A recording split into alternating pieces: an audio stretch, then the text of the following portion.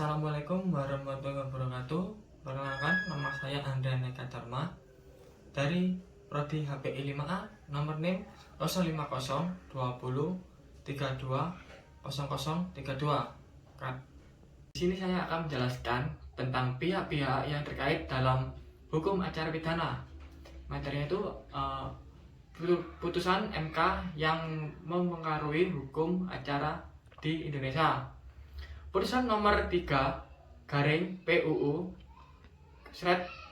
X1 garing 2012 frasa segera dalam pasal 18 ayat 3 Undang-Undang nomor 8 tahun 1981 tentang hukum acara pidana harus dimaknai segera dalam tidak lebih dari 7 hari.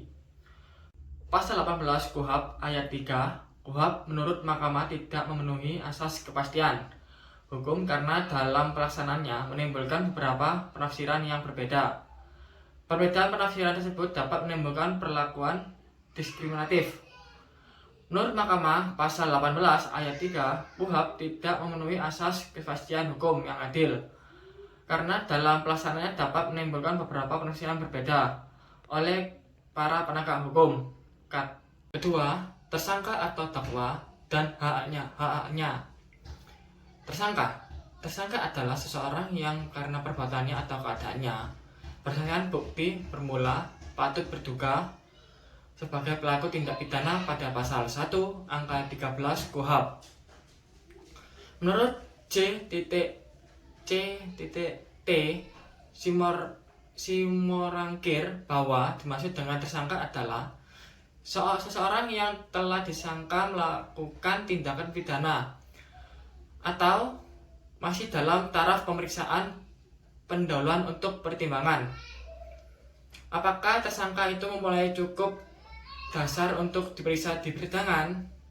Sedangkan menurut Darwan, prinsip tersangka adalah seseorang yang disangka sebagai pelaku suatu delik pidana.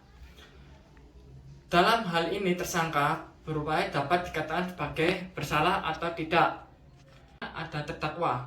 Terdakwa adalah seseorang tersangka yang dituntut, diperiksa, dan diadili dalam sidang pengadilan pada pasal 1 angka 14 KUHP.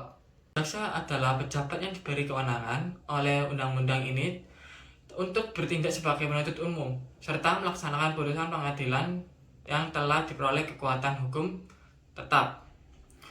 Pada pasal 1 angka 1 Undang-Undang RI nomor 16 tahun 2014 tentang kejaksaan, penuntut umum adalah jaksa yang diberi kewenangan untuk undang-undang ini untuk melakukan penuntutan dan melaksanakan penetapan hakim.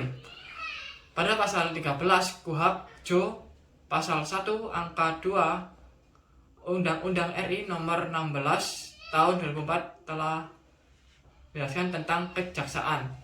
Yang keempat ada penyidik dan penyelidik. Penyidik menurut pasal 1 angka 1 KUHP junto pasal 1 angka 10 Undang-Undang RI nomor 2 tahun 2002 tentang Kepolisian Negara Republik Indonesia bahwa untuk dimaksud dengan penyidik adalah pejabat polisi negara Republik Indonesia atau pegawai negeri di Republik Indonesia atau pejabat tentu yang diberi wewenang khusus oleh undang-undang ini untuk melakukan penyidik. Demikian pula pada pasal 6 KUHP. Selanjutnya ada penyelidik. Menurut pasal 1 angka 4 KUHP junto pasal 1 angka 8 Undang-Undang Republik Indonesia nomor 2 tahun 2002 tentang Kepolisian Negara Republik Indonesia bahwa yang dimaksud dengan penyidik adalah pejabat polisi negara Republik Indonesia yang diberi wewenang oleh undang-undang ini untuk melaksanakan penyelidikan. Sedangkan pada pasal 4 KUHP bahwa penyelidik adalah setiap pejabat polisi negara Republik Indonesia. Menurut pasal 1 angka 5 KUHP junto pasal 1 angka 9 Undang-Undang Republik Indonesia nomor 2 tahun 2002 bahwa yang dimaksud dengan penyelidikan adalah serangkaian tindakan penyelidik untuk mencari dan menemukan suatu peristiwa yang diduga sebagai tindak pidana guna untuk menentukan dapat atau tidaknya dilakukan penyidik menurut cara yang diatur dalam undang-undang ini. Yang kelima, ada penasihat hukum dan bantuan hukum.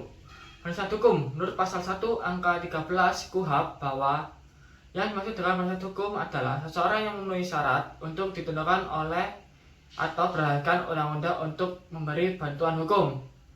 Ada bantuan hukum. Orang yang dapat memberikan bantuan hukum pada tersangka atau terdakwa disebut penasihat hukum. Sedangkan pengertian penasihat hukum menurut pasal 1 angka 13 KUHP yaitu seorang yang memenuhi syarat yang ditentukan pasal 1 angka 9 Undang-Undang Republik Indonesia Nomor 18 tahun 2003 tentang advokat, bahwa bantuan hukum adalah jaksa hukum yang diberikan oleh advokat secara cuma-cuma kepada klien yang tidak mampu. Sekian dari penjelasan saya.